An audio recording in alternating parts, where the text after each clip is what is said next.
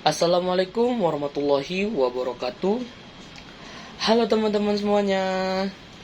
Bahasa adalah alat utama kita untuk berkomunikasi. Namun, dalam kehidupan sehari-hari, seringkali kita melakukan kesalahan saat berbicara atau menulis tanpa kita sadari. Oleh karena itu, pada video ini saya akan membahas tentang analisis kesalahan berbahasa dan mengapa hal tersebut penting untuk dipahami. Sebelumnya, izinkan saya perkenalkan diri. Nama saya Anil Kumar, NIM 2512000063 dari Fakultas Eftik Universitas Potensi Utama Medan. Analisis kesalahan berbahasa adalah kegiatan mengidentifikasi, mengklarifikasikan, dan menjelaskan penyimpangan penggunaan bahasa dari kaidah yang benar, baik dalam bahasa lisan maupun tulisan, dengan tujuan untuk memperbaiki dan meningkatkan ketepatan berbahasa. Kesalahan berbahasa dapat terjadi dalam bahasa lisan ataupun bahasa tulisan. Misalnya dalam percakapan sehari-hari, tugas sekolah, pesan singkat, maupun media sosial. Dengan melakukan kegiatan ini, kita dapat menggunakan bahasa Indonesia dengan lebih baik, jelas, dan sesuai dengan kaidah yang berlaku. Kesalahan berbahasa juga memiliki beberapa bentuk. Yang pertama, kesalahan ejaan, seperti penulisan kata yang tidak sesuai dengan pedoman umum ejaan bahasa Indonesia. Yang kedua, kesalahan pilihan kata, misalnya penggunaan kata yang tidak tepat dengan konteks kalimat. Dan yang ketiga, kesalahan struktur kalimat, seperti susunan kalimat yang tidak efektif dan membingungkan. Jadi teman-teman, pada kesempatan ini, saya akan menjelaskan atau mempresentasikan hasil analisis berbahasa dalam bentuk lisan dalam sebuah wawancara, dan ini dia video wawancaranya.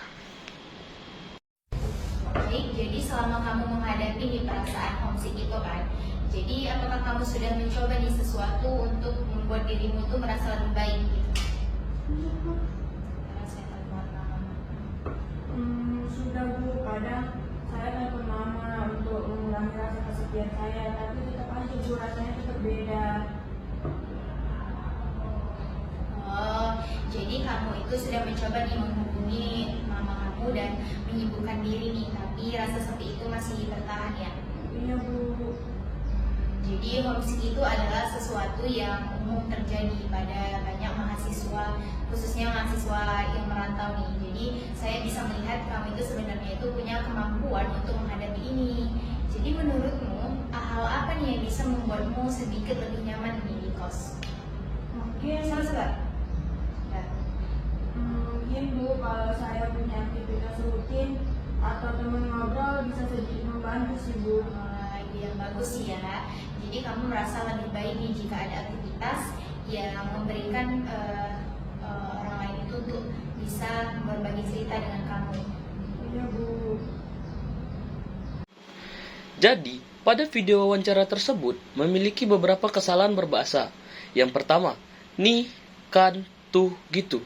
Ni, kan, tu, gitu adalah kata yang tidak baku dan tidak tepat untuk formal, dan tidak tersedia di Kamus Besar Bahasa Indonesia atau KBBI. Dan yang kedua, mama. Mama adalah kata yang kurang imbuhan dan kurang formal, dan yang benar adalah ibu. Dan yang ketiga, aja. Aja termasuk ke dalam ragam tidak formal, dan yang benar adalah saja. Dan yang keempat, masih. Masih adalah kata yang tidak tersedia di Kamus Besar Bahasa Indonesia atau KBBI, dan yang benar adalah masih. Dan yang kelima, teman ngobrol. Teman ngobrol adalah kata yang tidak formal, jadi kata yang formal adalah teman untuk berbincang. Dan dalam video tersebut, terlalu banyak melakukan bahasa perulangan, jadi hal ini membuat informasi kurang efektif dan kurang jelas. Jadi, kesimpulan kesalahan dalam video wawancara tersebut didominasikan oleh penggunaan bahasa lisan tidak baku, kesalahan ejaan, struktur kalimat yang tidak efektif, serta pilihan kata yang kurang tepat. Perbaikan diperlukan agar video sesuai dengan kaidah bahasa Indonesia yang baik dan benar, terutama untuk konteks akademik ataupun formal. Jadi, mari kita biasakan berbahasa Indonesia dengan baik dan benar.